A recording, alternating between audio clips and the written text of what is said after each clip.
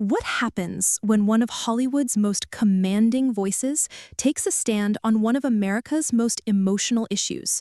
Samuel L. Jackson, never one to hold back, walked into Good Morning America expecting a straightforward conversation on healthcare reform.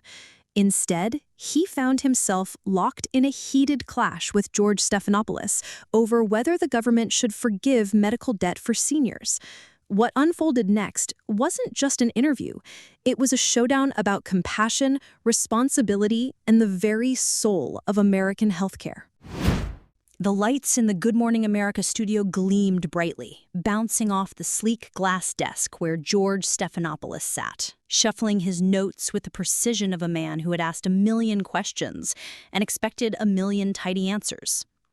Across from him, Samuel L. Jackson leaned back casually in his chair, wearing that trademark look of cool control. Sunglasses perched on his head, leather jacket unzipped, and an energy that told viewers he was not there to mince words. "Welcome back to Good Morning America," George began, his voice crisp and professional. "This morning, we're diving into a hot-button issue.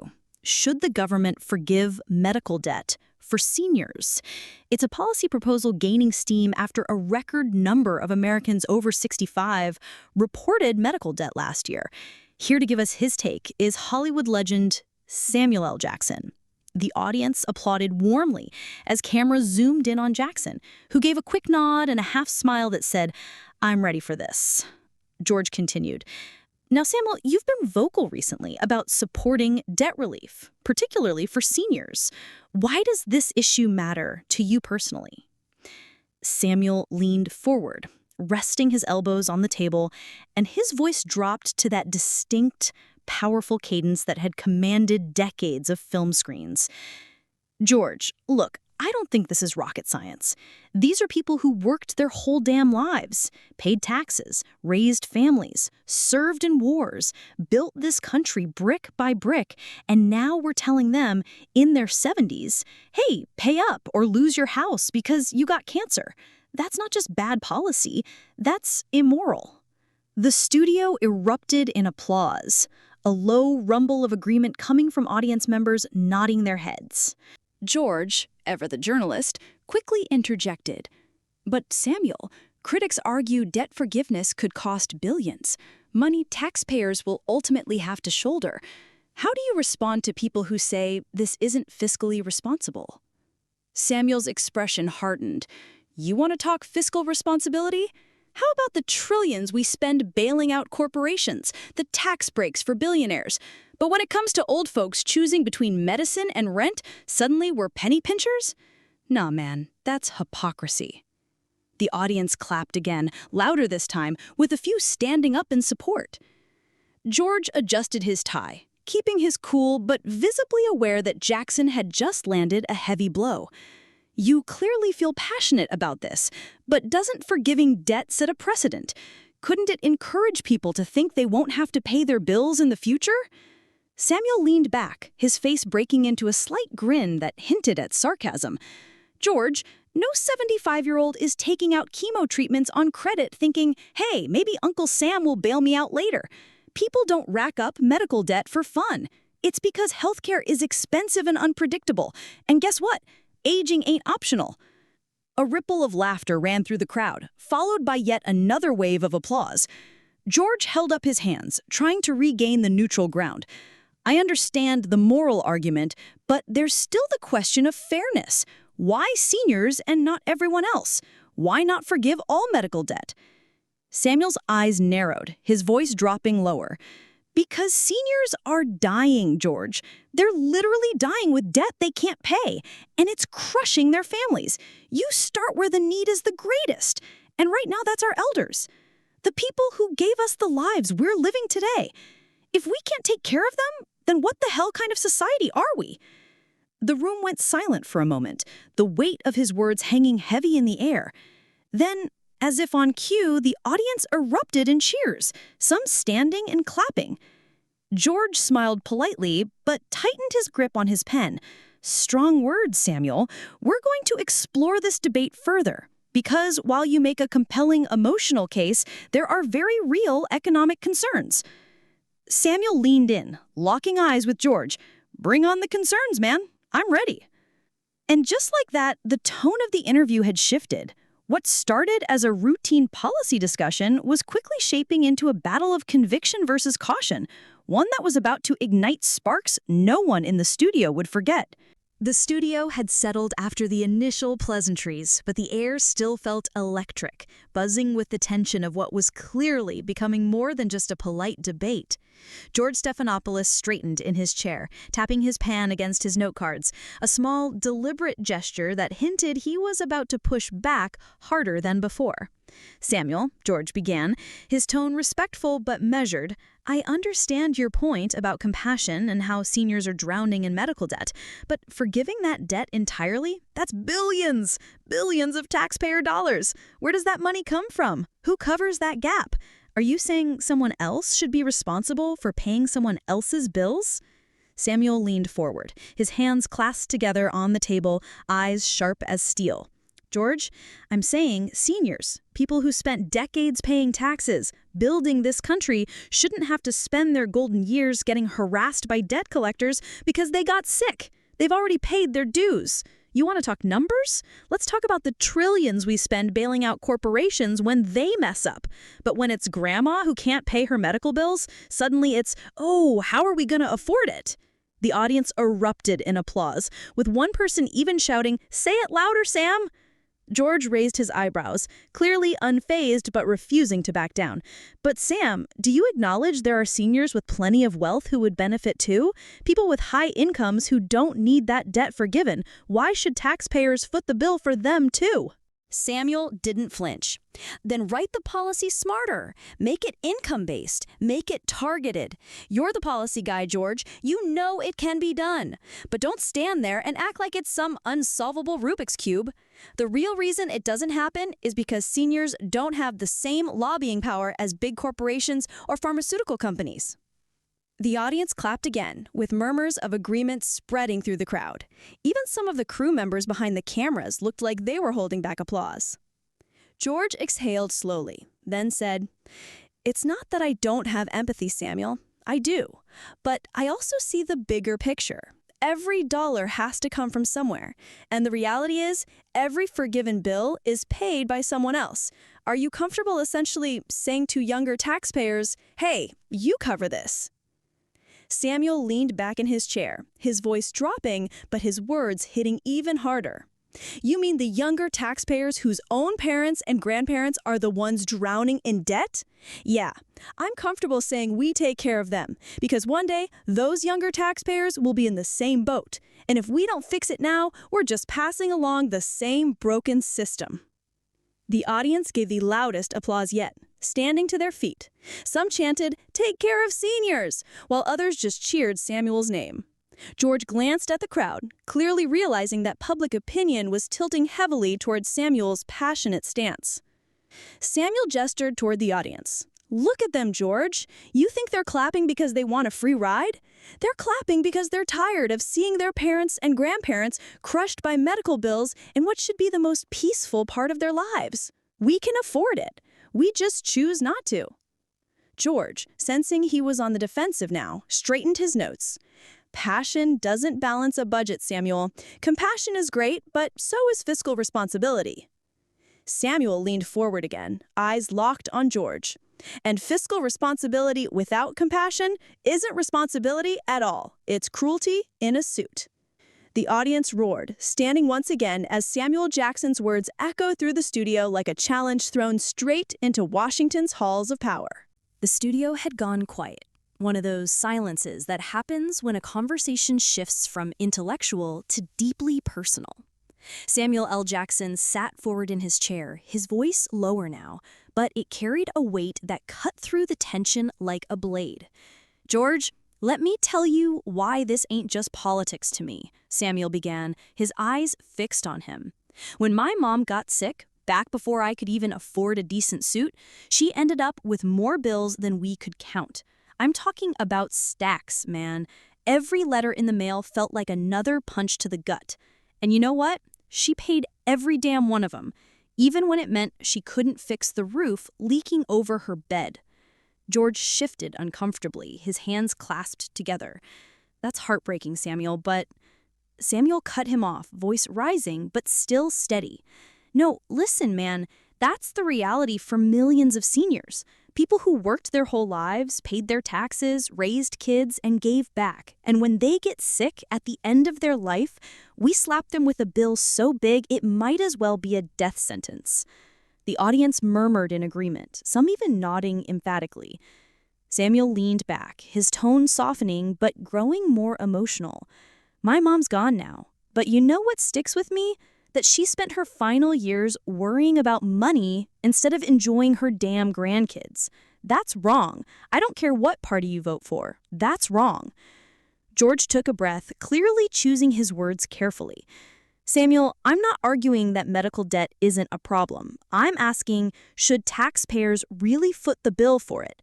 There are budget constraints. Forgiving medical debt could cost hundreds of billions of dollars. Shouldn't we focus on lowering costs rather than just wiping the slate clean?" Samuel leaned forward again, eyes narrowing, his voice dropping to a near whisper that somehow felt louder than any shout. "George, we spend trillions on war, on bailing out big corporations, on things the average American will never see or benefit from. And you're telling me we can't take care of grandma and grandpa when they're drowning in medical bills? That's not about money. That's about priorities." The audience broke into applause, clapping so hard it drowned out George's attempt to respond. When the noise settled, Samuel continued, his voice trembling now. "My mom's gone now, but you know what sticks with me? That she spent her final years worrying about money instead of enjoying her damn grandkids. That's wrong. I don't care what party you vote for, that's wrong." The crowd erupted again, with one man in the front row standing and clapping until others joined in.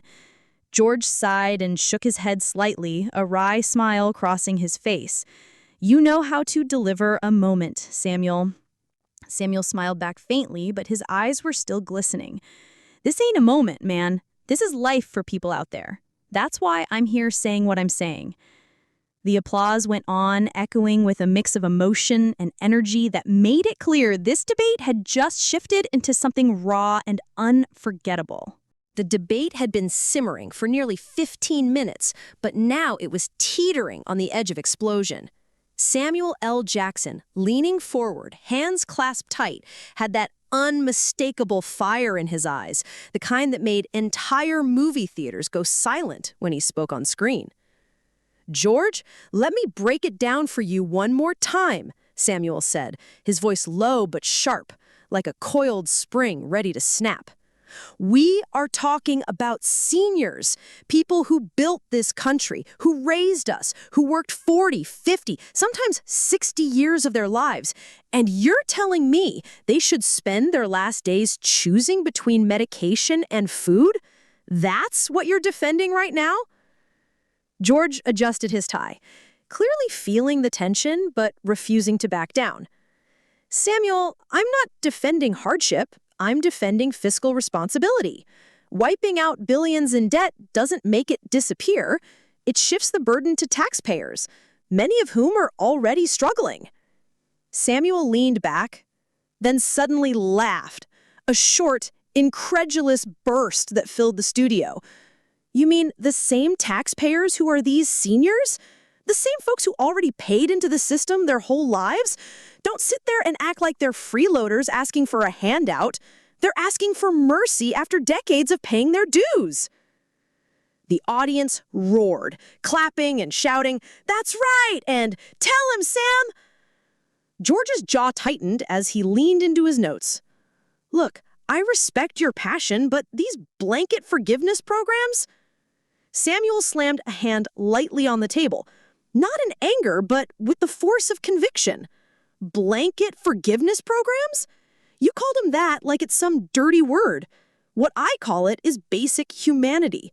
These folks don't have time for bureaucratic red tape or for politicians debating policy while they're drowning in bills. They need help now." The audience, already fired up, broke into cheers again, many people standing and clapping. One elderly woman in the front row wiped her eyes, clearly moved. George tried one more time to counter. his tone sharper now. But Sam, what you're proposing sets a precedent. If we do this for seniors, what about the next group and the next? Where does it stop? Samuel pointed directly at him, his voice rising now, full of the righteous anger he'd brought to countless film roles, but now directed at a very real issue. It stops when we stop treating people like numbers on a spreadsheet and start treating them like human beings. These are our parents, our grandparents, our mentors. They gave us everything, and now, when they need us, we're supposed to nickel and dime them into the grave? How no, George? Not on my watch. The studio erupted, applause thundering so loudly that the stage microphones briefly struggled to keep up. Some audience members were shouting, "Preach it, Samuel!" while others whistled and pounded on their chairs like they were at a rock concert rather than a morning talk show. George sat back, looking uncharacteristically rattled, his usual composure slipping as he glanced toward the producers off camera. "Well, that's certainly one way to look at it," he muttered, trying to regain his footing. But Samuel wasn't done. His voice lowered again, trembling slightly now, not with anger but with emotion. "I watched my aunt sell her house, George, to pay for heart surgery. You think she wanted charity? No, she wanted to keep what she earned after working her whole damn life. And you know what happened? She died 2 years later, still in debt. That ain't policy failure, George. That's a moral failure." The audience went dead silent for a moment, the weight of Samuel's words hanging heavy in the air. Then, as if on cue, they rose to their feet, clapping and cheering louder than before. Even some of the production crew at the edges of the stage were nodding, visibly moved.